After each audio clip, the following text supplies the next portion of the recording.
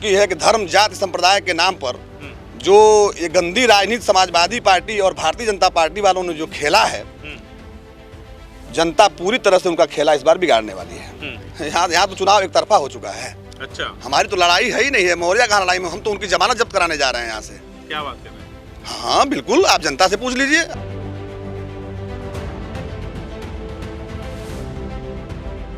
नमस्कार, CIB India news पर अग्नि परीक्षा देख रहे हैं आप। उत्तर प्रदेश में चुनाव मात्र कुछ ही दिन शेष रह गए हैं। ऐसे में हम लगातार जो जनप्रतिनिधि हैं, जो नेता हैं, जो प्रत्याशी हैं, उनसे संपर्क कर रहे हैं और जनता के मुद्दों की बात कर रहे हैं और उनसे ये समझने की कोशिश कर रहे हैं कि उनकी चुनाव की क्या तैयारियां हैं, किस तरह से वो अपने विधानसभा में लोगों से मिल रहे हैं, जनसंपर्क कर रहे हैं, उनके मुद्दे क्या क्या हैं, इन सब पे बातचीत कर रहे हैं। यही जानते समझते पहुंचे हैं उत्तर प्रदेश के कुशीनगर जिले में। फाजिल नगर विधानसभा है और संतोष तिवारी जी हमारे साथ मौजूद हैं। बहुजन समाज पार्टी के प्रत्याशी हैं और मैदान में है, जनसंपर्क कर रहे थे। हमसे मुलाकात हो गई, इनसे जानते हैं, समझते हैं कि इस बार जो चुनाव है, सत्ता पक्ष और विपक्ष, मुख्य विपक्षी दल दावा कर रहा है कि एक कह रहा है कि हम 300 पार करेंगे, दूसरा कह रहा है कि इस बार भाजपा साहब, और जो तीसरा एक दल है बहुजन समाज पार्टी का, तो वो साइलेंट किलर के तौर पे लोग ऐसा महसूस कर रहे हैं और मतलब कहीं कोई बयानबाजी नहीं और शांति के साथ अपना काम हो रहा है, लोग ऐसा कह रहे हैं। तो आप थोड़ा स्पष्ट करें कि मीडिया से दूरी बनाए हुए हैं और मायावती जी भी अब मैदान में आ गई हैं, तो कितना फर्क पड़ रहा है इन चीज़ों को लेकर के, क्या कहना चाहेंगे? सबसे पहले तो मैं CIB इंडिया को जनपद कुशीनगर के विधानसभा फाजिल नगर में हार्दिक स्वागत वंदन करता हूं। आप लोग इस ग्रामीण इलाके में आए, इसके लिए आप सभी को बहुत बहुत धन्यवाद। आपने एक बहुत अच्छा प्रश्न किया कि पूरे प्रदेश में जनता साइलेंट मूड में है, तो आपको खुद ये अंदाजा होना चाहिए कि जब वातावरण में जब शांति छा जाए तो समझिए कोई बहुत बड़ा तूफान आने का वो संकेत है। अच्छा, खामोशी तूफान के खामोशी ये तूफान का संकेत है। हाँ। जनता समझ चुकी है कि धर्म जाति संप्रदाय के नाम पर जो ये गंदी राजनीति समाजवादी पार्टी और भारतीय जनता पार्टी वालों ने जो खेला है, जनता पूरी तरह से उनका खेला इस बार बिगाड़ने वाली है। पुनः 2007 को जहां आपने कहा कि मीडिया से क्यों हमारी बहन सुश्री मायावती दूरी बनाए रहती हैं, तो ये बात सही है, क्योंकि मीडिया से इसलिए दूरी बनाए रहती हैं कि आप देख लीजिए 2007 में मीडिया दिखा रही थी उनको 25 से 30 सीट और पूर्ण बहुमत की सरकार बहन जी ने बनाया। सेम कंडीशन इस बार भी होने जा रही है। बहन जी पूर्ण बहुमत की सरकार उत्तर प्रदेश में बनाने जा रही हैं। लोग कह रहे थे कि मायावती जी ने चुनाव से दूरी बनाई हुई है, अब तो मैदान में उतर चुकी हैं, रैली कर रही हैं, दहाड़ रही हैं, तो इससे कितना फर्क पड़ा उनके प्रत्याशियों पर? नहीं, देखिए, बहन जी के काम को लोग याद करते हैं। ये जो विपक्षी पार्टियां हैं, चाहे भारतीय जनता पार्टी जो हो, चाहे समाजवादी पार्टी हो, इन्होंने तो केवल बरगला के लोगों को वोट लिया है। इन्होंने जनता का भला कहाँ किया है? आप जरा देखिए, बहन सुश्री मायावती जी के शासनकाल को आप याद करिए। अधिकारी समय से 5 मिनट पहले अपने दफ्तर में दाखिल होता था। आप रोजी रोजगार पर देख लीजिए, 1,16,000 सफाई कर्मियों की भर्ती बहन सुश्री मायावती ने एक बार किया, कि जो कि एशिया के पूरे इस एशिया में उतनी बड़ी भर्ती किसी ने नहीं किया। आप शासन प्रशासन की बात ले लीजिए, उनका कोई अपना ही MLA हो, MP हो, मंत्री हो, उसने अगर न्याय कानून के विपरीत जाकर काम किया तो उन्होंने तत्काल उसको जेल भेजने का काम किया। उनके नाम से अधिकारियों की पूरी जो एक दहशत जो थी, उनकी अधिकारी इस प्रदेश को छोड़ के भाग चुके थे।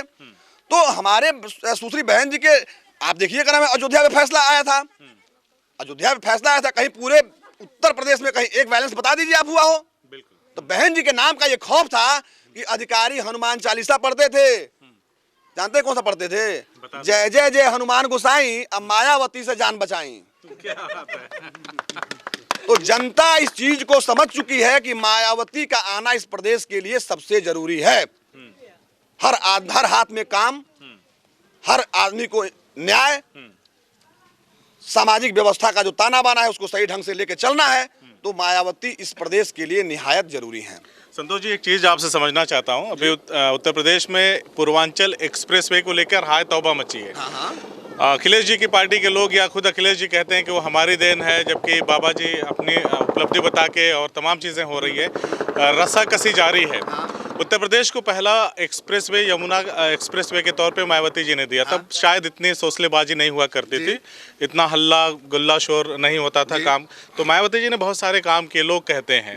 जब हम जा रहे हैं तो कहीं ना कहीं, जैसे मैंने साइलेंट किलर के तौर पे बात कही, तो जनता एक्सेप्ट कर रही है कि काम बहुत हुए, ठीक है, लेकिन इस तरह की दिखावाबाजी नहीं हुई। तो मैं चाहता हूँ कि लोग ऐसा आरोप भी लगाते हैं मीडिया पे कि आप लोग हमारा नहीं दिखाते।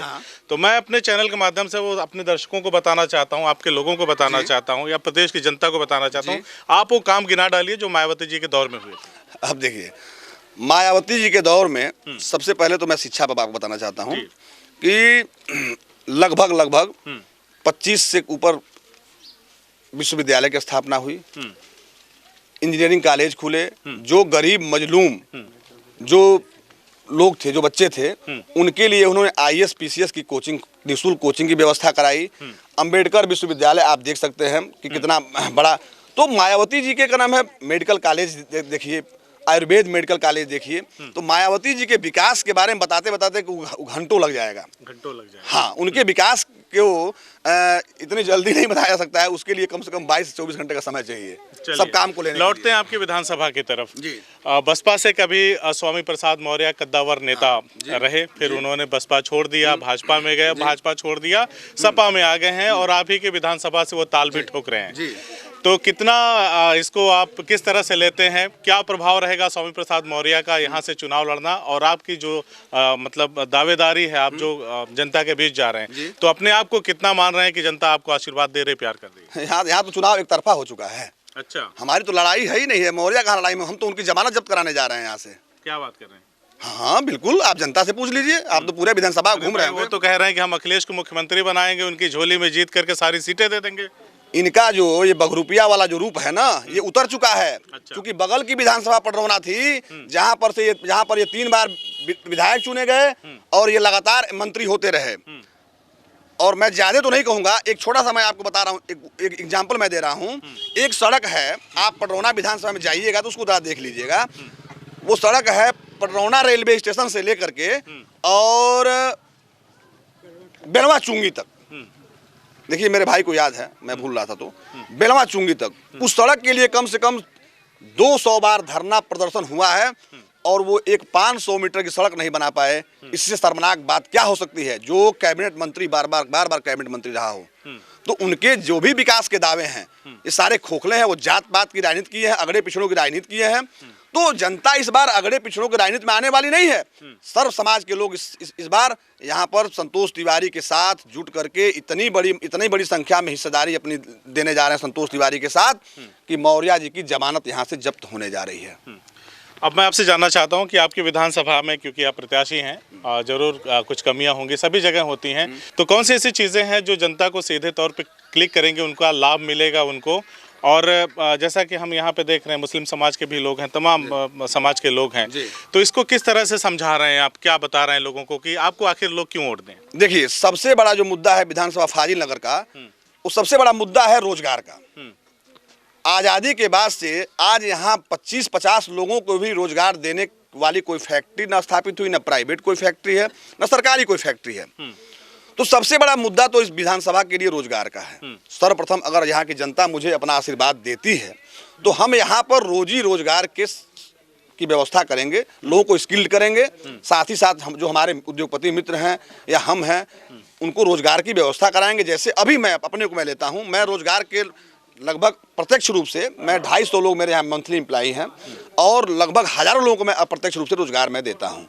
तो निश्चित रूप से अगर यहाँ की जनता ने मुझे अगर अवसर दिया तो हम इस विधानसभा में के युवाओं को हर हाथ में सरकार द्वारा जो प्रदत्त चीजें, जैसे आप दावा कर रहे हैं कि हम सरकार में आएंगे, तो सरकार द्वारा जो प्रदत्त चीजें हैं, जैसे स्वास्थ्य हो गया, शिक्षा होगी, सुरक्षा को लेकर के, इन तीनों चीजों में से आप अपनी जनता के लिए क्या अपने क्षेत्र में कमी देखते हैं? स्वास्थ्य को लेकर बात करो, शिक्षा को लेकर। शिक्षा को लेकर, स्वास्थ्य को लेकर मैं आपको बता दूं, मैं शुरू से जागरूक रहा हूँ इसी क्षेत्र में। ग्रामीण क्षेत्र में अपने क्षेत्र के लोगों की सुविधा के लिए हमने वहाँ पर ITI कॉलेज, CBSE बोर्ड का इंटर कॉलेज, UP बोर्ड का इंटर कॉलेज और 52 बेड का अस्पताल सब हमने चैरिटी के माध्यम से हमने बनाया।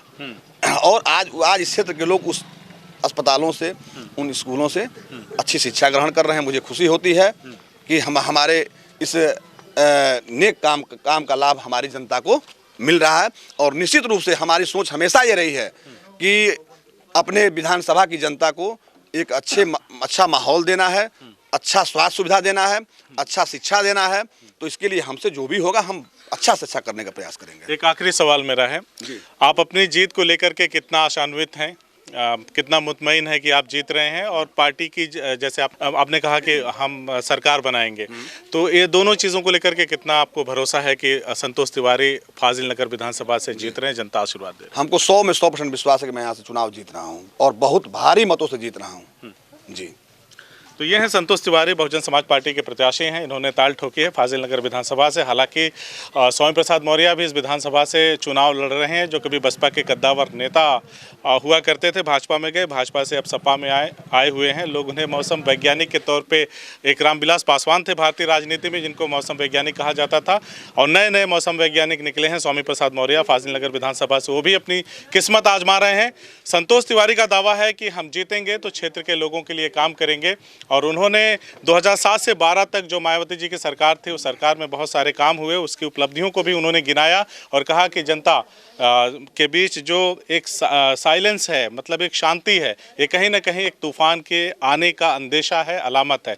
आगे क्या होगा विधानसभा चुनाव में, ये देखना दिलचस्प होगा, जनता इनको कितना मौका देती है। हालांकि इनका दावा है कि ये 100% मान के चल रहे हैं कि जनता उनको प्यार कर रही है और जनता इनको जिता करके विधानसभा में भेजने का काम करेगी, ताकि यहाँ के क्षेत्र की समस्याओं को ये दूर कर सके। बहरहाल आने वाला चुनाव दिलचस्प है, कुछ दिन शेष रह गए हैं। चलते हैं कहीं और किसी प्रत्याशी से बात करते हैं, जनता के लिए उसके पिटारे में, उसकी झोली में क्या है, ये जानने की कोशिश करते हैं। बहरहाल संतोष जी, हमसे बातचीत करने के लिए बहुत बहुत शुक्रिया।